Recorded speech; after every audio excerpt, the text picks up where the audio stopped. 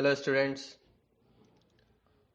आज इस वीडियो में हम टेक्स्ट फॉर्मेटिंग के लिए दिए गए कुछ और ऑप्शंस के बारे में पढ़ेंगे और प्रैक्टिकल करके देखेंगे, जैसे कि font size, font style, paragraph indent, text alignment, line spacing, numbers and bullets.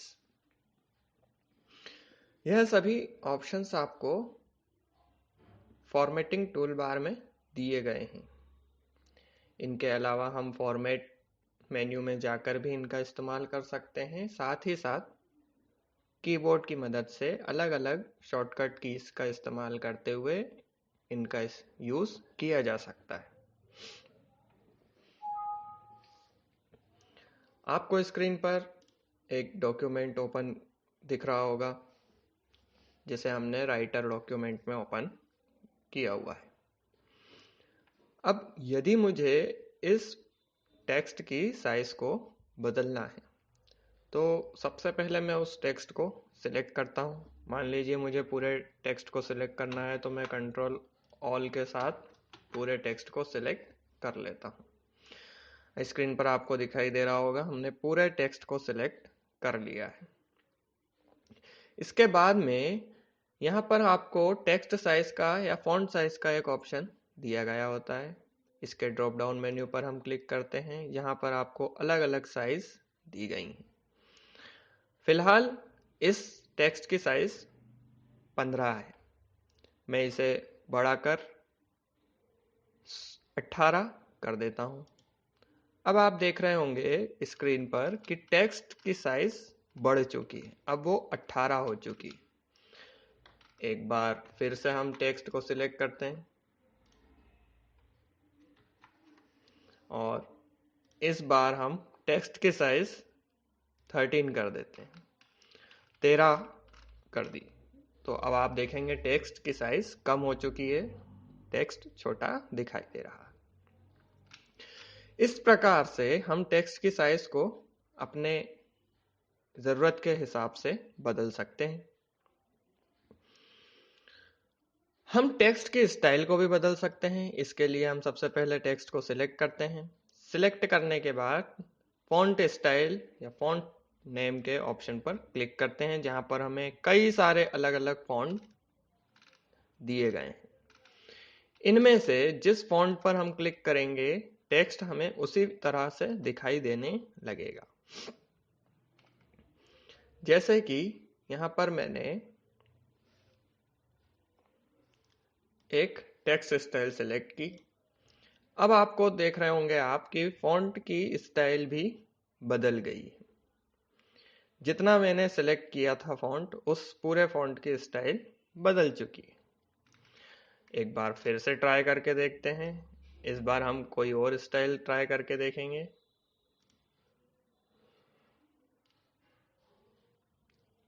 Arabic.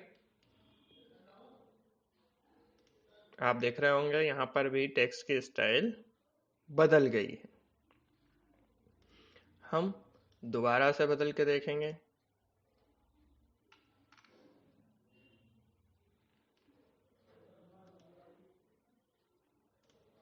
यह भी एक अलग स्टाइल टेक्स्ट की हो गई। इस प्रकार हम डॉक्यूमेंट में टेक्स्ट के स्टाइल और टेक्स्ट की साइज को चेंज कर सकते हैं। अब बात करें पैराग्राफ स्टाइल के लिए, तो जिस प्रकार हम टेक्स्ट की स्टाइल बदल रहे हैं उस प्रकार हम पैराग्राफ के स्टाइल भी बदल सकते हैं। सबसे पहले एक पैराग्राफ को सिलेक्ट करें।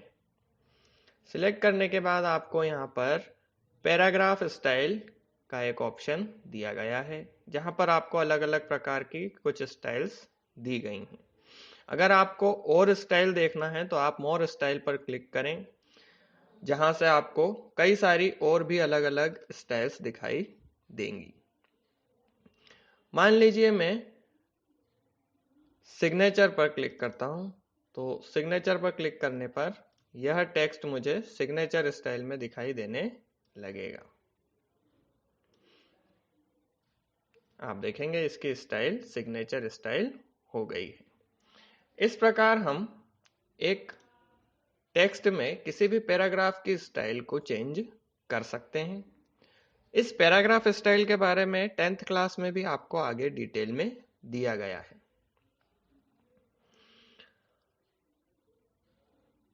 हम इसका एक अलग प्रैक्टिकल वीडियो भी बनाकर देखेंगे कि पैराग्राफ स्टाइल में हम क्या क्या और कर सकते हैं।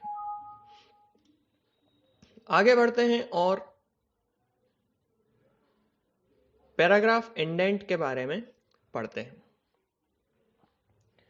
पैराग्राफ के इंडेंटिंग क्या होती है? पैराग्राफ को आगे बढ़ाना या पीछे करना। चलिए, इसके लिए हमें आप यहाँ पर टूल बार में दो ऑप्शन दिए गए हैं। एक है इंक्रीज इंडेंट, दूसरा है डिक्रीज इंडेंट। इंडेंट को बढ़ाना और इंडेंट को घटाना। चलिए, सबसे पहले हम एक पैराग्राफ सिलेक्ट कर लें। सिलेक्ट करने के बाद में मैं इस इंक्रीज इंडेंट वाले ऑप्शन पर क्लिक करता हूं।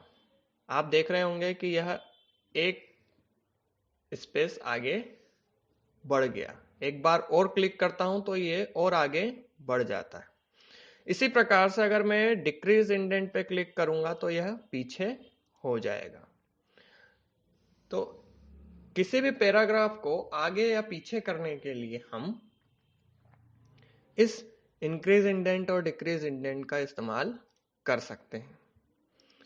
अब हम लाइन स्पेसिंग के बारे में भी पढ़ लें। दो लाइंस या दो पैराग्राफ के बीच के स्पेस को कम या ज्यादा करने के लिए हम लाइन स्पेसिंग के ऑप्शन का इस्तेमाल करते हैं। यहाँ पर आपको दो ऑप्शंस दिए गए हैं, एक है इंक्रीज लाइन और एक डिक्रीज पैराग्राफ स्पेसिंग।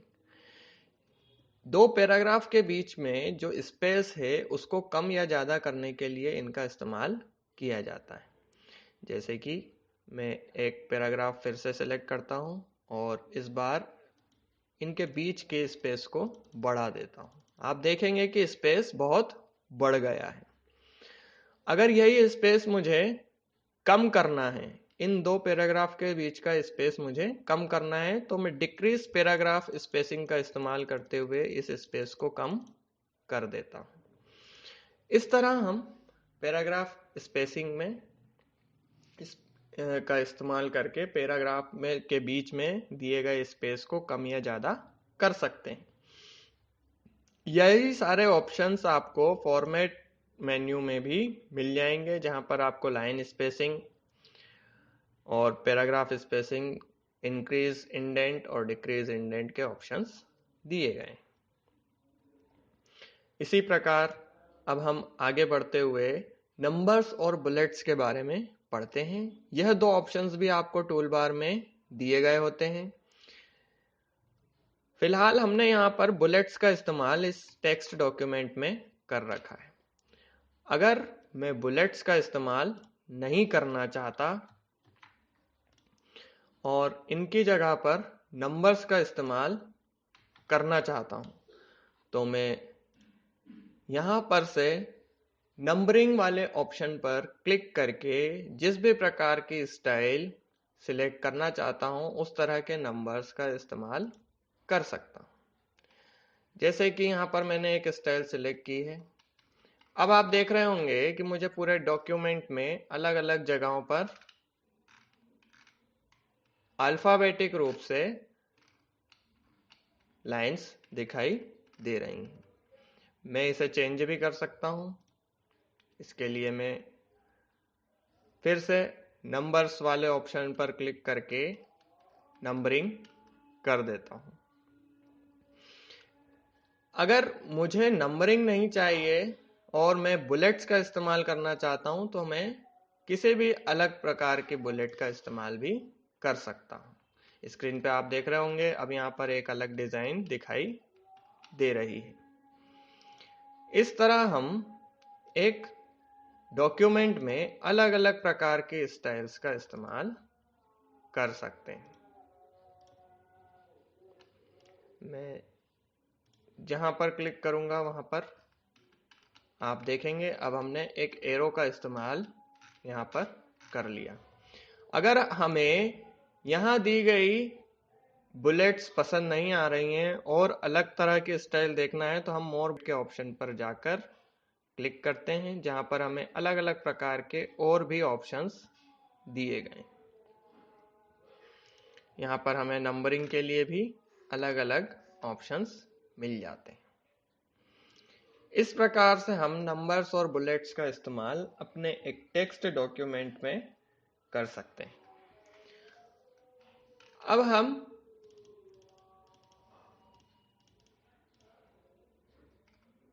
इस डॉक्यूमेंट में अलाइनमेंट के बारे में पढ़ते हैं। तो यहाँ पर हमें 4 अलग अलग प्रकार के ऑप्शंस दिए गए होते हैं जिनके द्वारा हम टेक्स्ट अलाइनमेंट कर सकते हैं।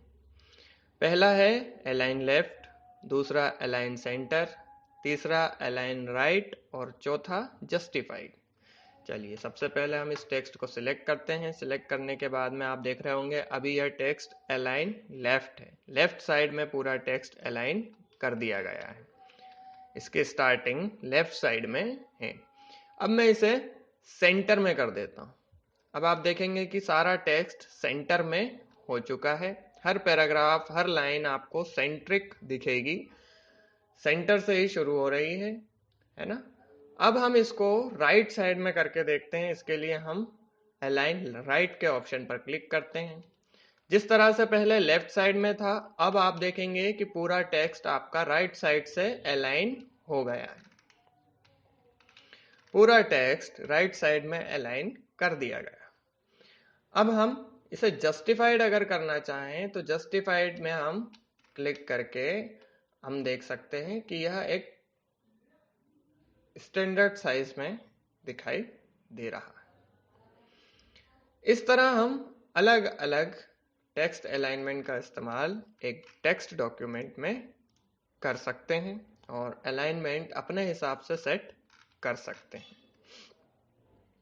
हम कुछ सिलेक्टेड टेक्स्ट का अलाइनमेंट भी अलग से कर सकते हैं।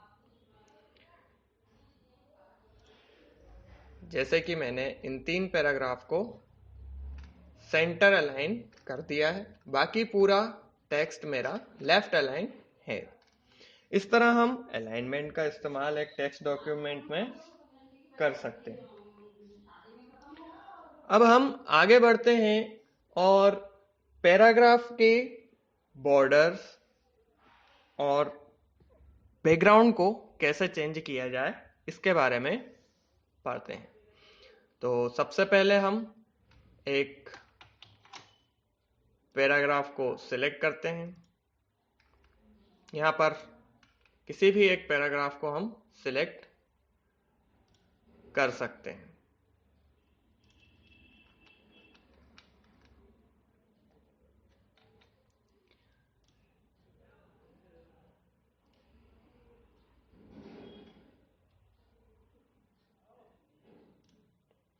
सबसे पहले मैंने यहाँ पर एक सबसे common text style times new Roman का इस्तेमाल करते हुए इस टेक्स्ट डॉक्यूमेंट की स्टाइल को बदल दिया है। अब मैं किसी भी एक पैराग्राफ को सिलेक्ट करता हूँ। मान लीजिए इस लेयर 3 वाले पैराग्राफ को मैंने सिलेक्ट किया है। आपको स्क्रीन पर दिखाई दे रहा होगा, यह हाईलाइट हो गया है। मैंने इसे सिलेक्ट कर लिया है। इसके बाद हम फॉर्मेट मेन्यू पर जाकर पैराग्राफ के ऑप्शन पर क्लिक करते हैं, जहां पर हमारे सामने एक पैराग्राफ के लिए एक विंडो ओपन होती है जिसमें हमें अलग अलग ऑप्शंस दिए गए हैं।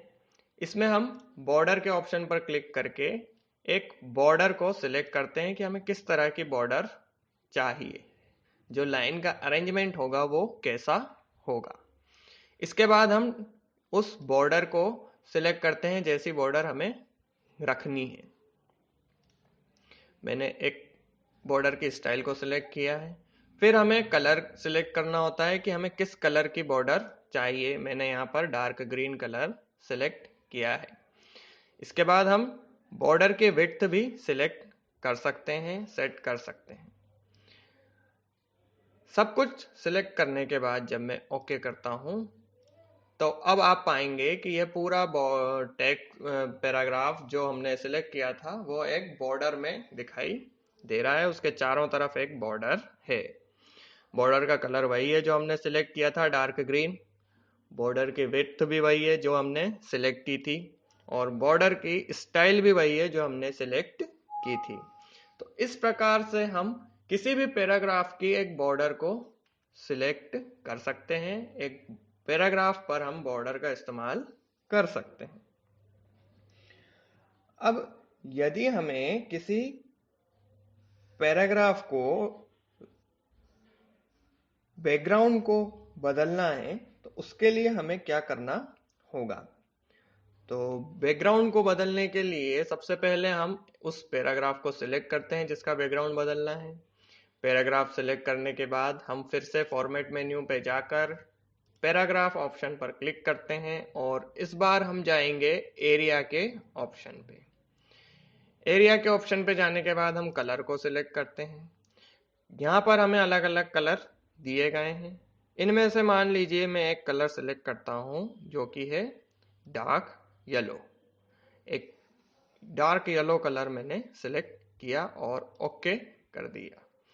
आप देखेंगे कि इस पूरे पैराग्राफ को जिसको हमने सिलेक्ट किया था उसका बैकग्राउंड येलो कलर का हो गया है, पीले कलर से हमें दिखाई दे रहा है। इस प्रकार से हम टेक्स्ट का बैकग्राउंड या पैराग्राफ का बैकग्राउंड सेट कर सकते हैं। इस वीडियो में हमने कुछ अलग अलग ऑप्शंस के बारे में पढ़ा है, जैसे कि text size, text style, paragraph style, text alignment, bullets, numbering, indent, paragraph indent, paragraph spacing, line spacing, background colour और पैराग्राफ में एक बॉर्डर को सेट करना।